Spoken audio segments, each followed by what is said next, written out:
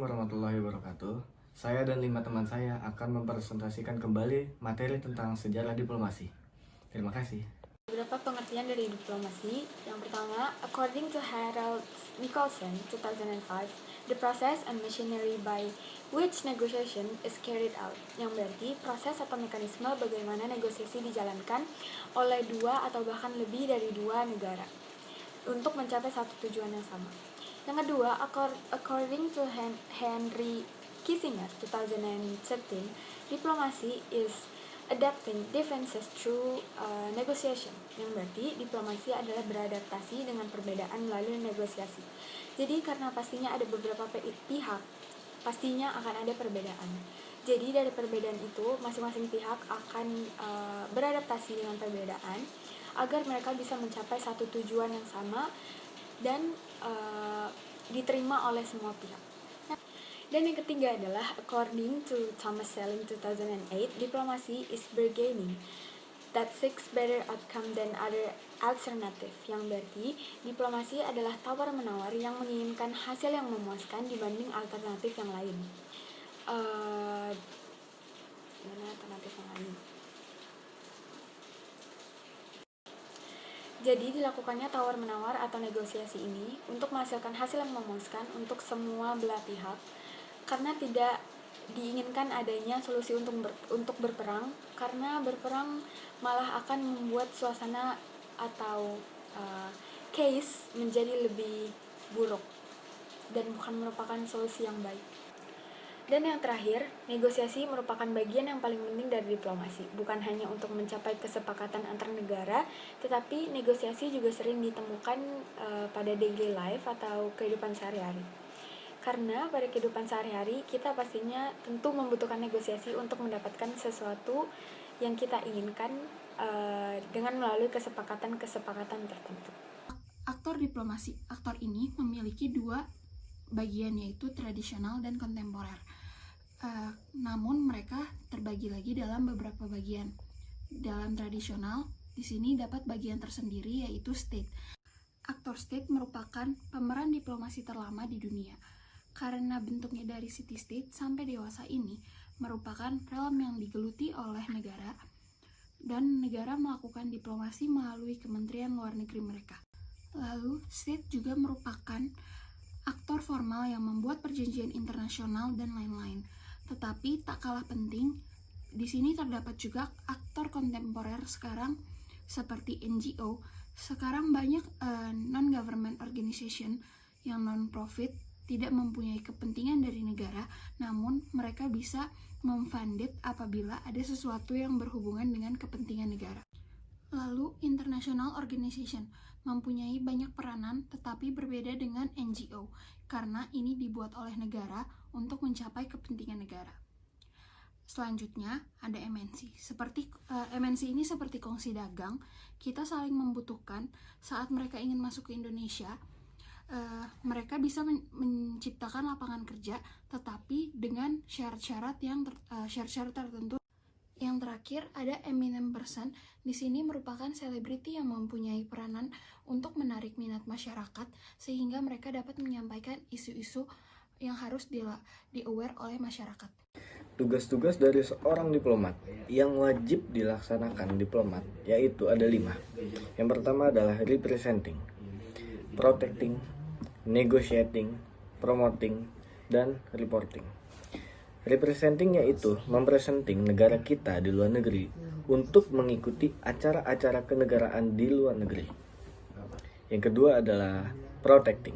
Protecting itu kita melindungi negara kita di luar negeri seperti warga negara Indonesia yang terkena kasus hukum di luar negeri, dan tugas kita adalah harus menyediakan lawyer bagi mereka yang tidak bisa atau mereka yang tidak mampu menyediakan lawyer sendiri.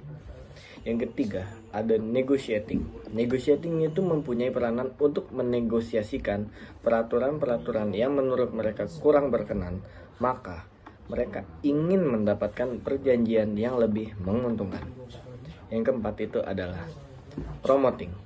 Promoting di sini kita akan mempromosikan kebudayaan-kebudayaan, nilai sosial, seperti selayaknya yang dilakukan Korea dengan film, drama, dan musik, adalah reporting. Reporting itu menyampaikan event-event terbaru di luar negeri yang nantinya kita sampaikan ke ibu kota kita sendiri.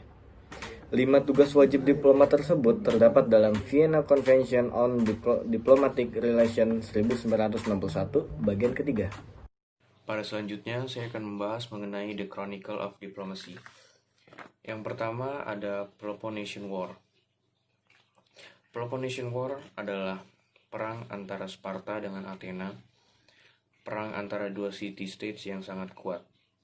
Sebelumnya, perang ini telah diprediksi oleh Thucydides, di mana Thucydides mengatakan akan ada dua negara yang sangat kuat yang pada akhirnya akan berperang.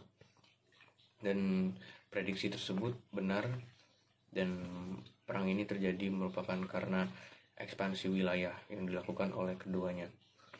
Dan selanjutnya adalah Islam Birth and Golden Age or Europe Dark Age. Adalah masa-masa keemasan Islam, di mana diawali dengan kelahiran Rasulullah SAW dan merupakan diplomasi moral yang dikembangkan oleh Rasulullah dan Khalifah serta dilanjutkan oleh dinasti Umayyah. Karakteristik diplomasi yang dikembangkan dan diciptakan oleh Rasulullah pada saat itu adalah diplomasi yang penuh maaf dan juga toleransi yang sangat tinggi. Dan pada saat ini juga, pada saat masa keemasan Islam berbarengan juga dengan masa Dark Age di negara-negara Eropa. Selanjutnya adalah Renaissance. Pada saat Renaissance ini, diplomasi yang dilakukan di suatu kota di Italia. Duta besar pertama kali juga ada di saat ini, di era ini. Dan pada saat itu, duta besar Milan dikirim ke Genoa. Selanjutnya adalah Treaty of Westphalia and Dawn of States. Diawali dari perang 30 tahun antara kaum Kristen Katolik dan juga kaum Kristen Protestan. Diakhiri dengan Treaty of Westphalia, di mana negara-negara Kristen Protestan yang pada saat itu memberontak akhirnya diakui setara dan dengan Kristen Katolik.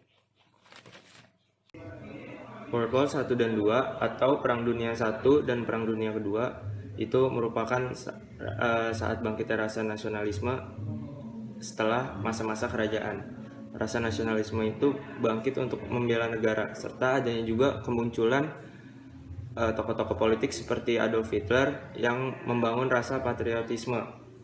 Diplomasi yang ada di sini adalah appeasement diplomasi atau diplomasi yang dilaksanakan Inggris terhadap Jerman, dan diplomasi tersebut merupakan diplomasi yang menguntungkan satu pihak. Lalu ada Cold War in Bipolar World Order, dilaksanakan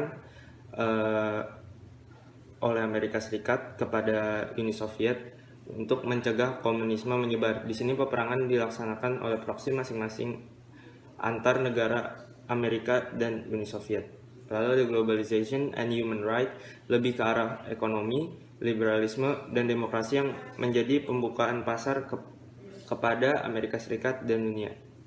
Lalu yang terakhir ada 21st Century International Relation, lebih berpusat kepada terorisme, Islamofobia, dan COVID-19, yang dimana terorisme berhasil mengguncang dan membuat tantangan untuk suatu negara dan berhasil berperang dengan negara dengan peperangan asimetrik. Dan COVID-19 juga telah mengubah tatanan serta kebijakan dunia.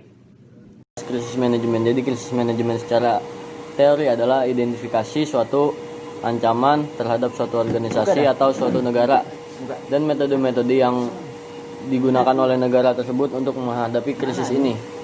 Lebih seringnya krisis ini ditangani setelah ada atau setelah hal itu terjadi. Hanya beberapa negara yang berhasil melewati atau menyelesaikan hal tersebut dan mencegah hal terjadi dalam jangka waktu pendek. Contohnya adalah 10 East Asia Summit.